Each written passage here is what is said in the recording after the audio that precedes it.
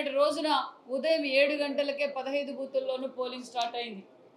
మరి వాళ్ళు ఏజెంట్లు రానిలేదు, మా వాళ్ళని రాలేదని నిన్న 10 గంటలకో 8 గంటలకో అవినాష్ రెడ్డి గారు మేము ఎన్నికలు బహిష్కరిస్తున్నామని చెప్పచ్చు. నిన్న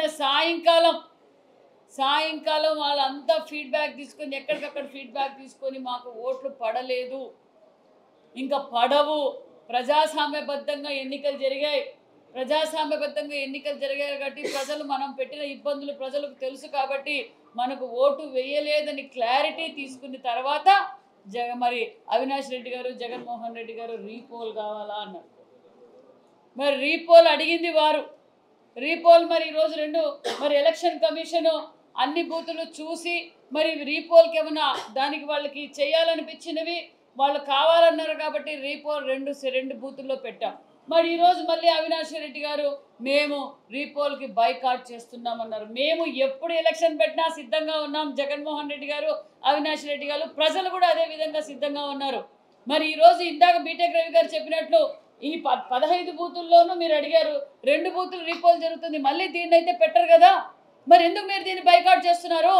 ప్రజలే మిమ్మల్ని బహిష్కరించేశారు అన్న విషయం మీకు తెలుస్తుంది. మీ డైవర్షన్ పాలిటిక్స్ చేయడంలో మీకు అలవాటే. ఈరోజు ఆ నెపాన్ని పోలీసుల మీద అంటారు, ఎలక్షన్ కమిషన్ అంటారు, తెలుగుదేశం పార్టీ వారిపైన అంటారు, రేపొద్దున పత్రికా విలేకరులపైన కూడా అంటారు. వారు ఎవరిని వదలటంలా, వాళ్ళ ఓటమిని వాళ్ళు అంగీకరించడం లేదు. ఓటమిని అంగీకరించాలి. గతంలో కూడా అంతే. జగన్మోహన్ రెడ్డి గారు 2014లో ప్రజలు ఓడిస్తే ప్రజలు వెన్నుపోటు దినోత్సవంగా కూడా ప్రకటించారు. మనం అందరం చూసాం. మేము తెలియజేసేది ఒకటే, ప్రజలు అంబేద్కర్ రాజ్యాంగాన్ని కోరుకున్నారు. గతంలో ఇక్కడ రాజారెడ్డి పరిపాలన జరిగింది, రాజారెడ్డి రాజ్యాంగంలో పరిపాలన జరిగింది. మాకు రాజారెడ్డి పరిపాలన వద్దు, అంబేద్కర్ రాజ్యాంగం కావాలను సహృదయంతో సమయస్ఫూర్తితో ఈ రాష్ట్రం అభివృద్ధి జరుగుతున్న ఎన్డీఏ కూటమి అభ్యర్థి లతారెడ్డి గారికి ఓటేసి వేయించి గెలిపిస్తున్నారన్న విషయాన్ని కూడా మీకు తెలియజేస్తున్నాం. మరి జగన్మోహన్ రెడ్డి గారు, అవినాష్ రెడ్డి గారు నీతులు మాట్లాడుతున్నారంటే నిజంగా చాలా అసలు ఎవరు ప్రజలు జీర్ణించుకోలేకపోతున్నారు. ప్రజాస్వామ్యం గురించి మాట్లాడుతున్నారు. మీడియాలో చెప్పారు పోలీసులు, అవినాష్ రెడ్డి గారు పోలీసులను టీడీపీ వాళ్ళు మమ్మల్ని ఏజెంట్ ఫారాలు లేదని. మేమేకినా ఎలక్షన్ వన్ సైడ్గా చేసుకోవాలనుకుంటే ఒంటిమిట్టిలో 11 నామినేషన్లు పడేటివి కాదు, ఇక్కడ 11 నామినేషన్లు పడేటివి కాదు. మాకు రాజారెడ్డి పరిపాలన వాళ్ళు గతంలో అలాగే చేశారు. రాజారెడ్డి రాజ్యాంగంలో మేము క్లియర్ కట్గా మేము అంబేద్కర్ రాజ్యాంగాన్ని, చంద్రబాబు నాయుడు గారు ప్రజాస్వామ్యం ఎలా విధంగా కాపాడుతారో మీకు అందరికీ తెలుసు. ప్రజాస్వామ్యబద్ధంగా మేము ఎన్నికలు నడిపాం.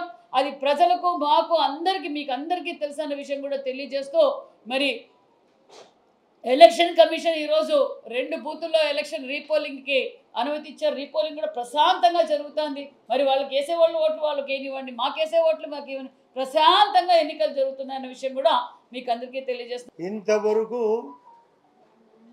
దుర్మార్గమైన, అవినీతిమైన, భయంకరమైన, వాళ్ళ ఇష్టానుసారమైన అన్నదమ్ముల ఆలోచనతో ఆ ఎలక్షన్లు, నిన్న జరిగిన ఎలక్షన్లు జరగలేదని వాళ్ళకు అటు ఎలక్షన్ కమిషన్ పైన, ఇటు మా పైన, పోలీస్ పైన, రెవెన్యూ యంత్రాంగం పైన దుష్ట పన్నాగం, కుట్రపూరితం. వాళ్ళ ఆలోచన ఎట్లుంటుందంటే మళ్ళీ పదే చెప్పిన మాట, వివేకానంద రెడ్డిని ఓపెన్గా క్లియర్గా రాత్రిపూట నరికి చంపి వాళ్ళ కళ్ళ ముందర కడుగుతుంటే కూడా మా మీద దోషం దోసిన వాళ్ళు, కోడి కత్తి కేసు డ్రామా అనేవాళ్ళు, కనురెప్ప డ్రామా, సొంత చెల్లెళ్ళు ముత్తుకుంటేనే కూడా కనికరింపు కూడా లేని వాళ్ళు, రాక్షస పాలన చేసేవాళ్ళు, అప్పులమయం చేసిన వాళ్ళు, తప్పులమయంలో కూడిన వాళ్ళు ఎలాంటి మాటలు మాట్లాడతారు? రాక్షసులు కూడా బాధపడతారు వీళ్ళ యొక్క ప్రవర్తన చూసి. నిన్న శాంతియుతంగా అసలు వాళ్ళు 11 నామినేషన్లు పడినప్పుడే తెలుసు ఇది ప్రజాస్వామ్య పద్ధతిగా ఎలక్షన్ జరుగుతున్నాయని. ప్రొద్దున్నే మాది పెద్ద సామ్రాజ్యం అన్నారు కదా, మీరందరూ ఉన్నారు కదా, రావచ్చు కదా. ఏ ఊర్లో కూడా ఎవరిని లాగినారు, ఎవరిని గుంజినారు, ఎందుకు వాళ్ళ యొక్క ఆలోచన? అసలు ఒక ఎప్పుడో శ్రీశ్రీ రాసిన పాట ఉందిలే మంచి కాలం ముందు ముందు అని. బ్రహ్మాండమైన పాలన జరుగుతుంది మోడీ గారి ఆధ్వర్యంలో. ఈ నిన్న కూడా ఒకటి సెమీ కండక్టర్ మన ముఖ్యంగా రాయలసీమకు శాంక్షన్ అయింది, 4 రాష్ట్రాల్లో ఒకటి.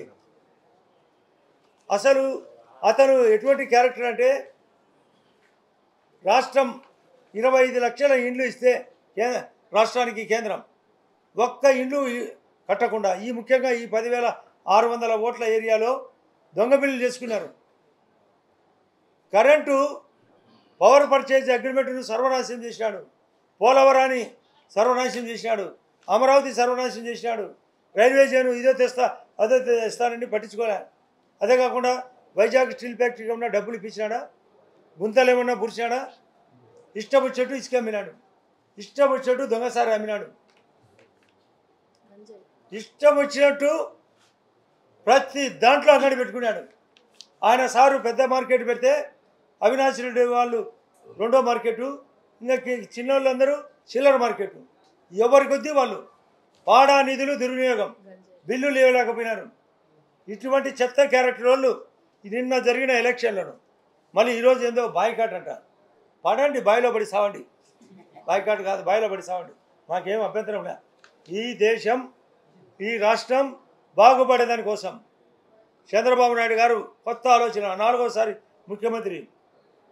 ఈ రాష్ట్రాన్ని ఏపీని ఐపీని చేసిన ఘనత జగన్ది. ఈ రాష్ట్రాన్ని విఐపి చేయబోయేది సిబిఎన్. జగన్ ఐపీ పెట్టినాడు, సిబిఎన్ ప్లస్ దీన్ని విఐపిగా చేయబోతున్నాడు మోడీ గారి సహకారంతో. ప్రపంచంలో 4వ స్థానం, ఎక్కడ చూసినా నేషనల్ హైవేలు, సీ పోర్ట్లు. మనది కూడా కడప నైట్ ల్యాండింగ్ కూడా స్టార్ట్ అయింది, కొత్త విమానాలు రాబోతున్నాయి, 150 వందే భారత్ రైళ్లు, మనకు 20 సీ పోర్ట్లు, 9 ఎయిర్పోర్ట్లు ఎలా వస్తున్నాయి.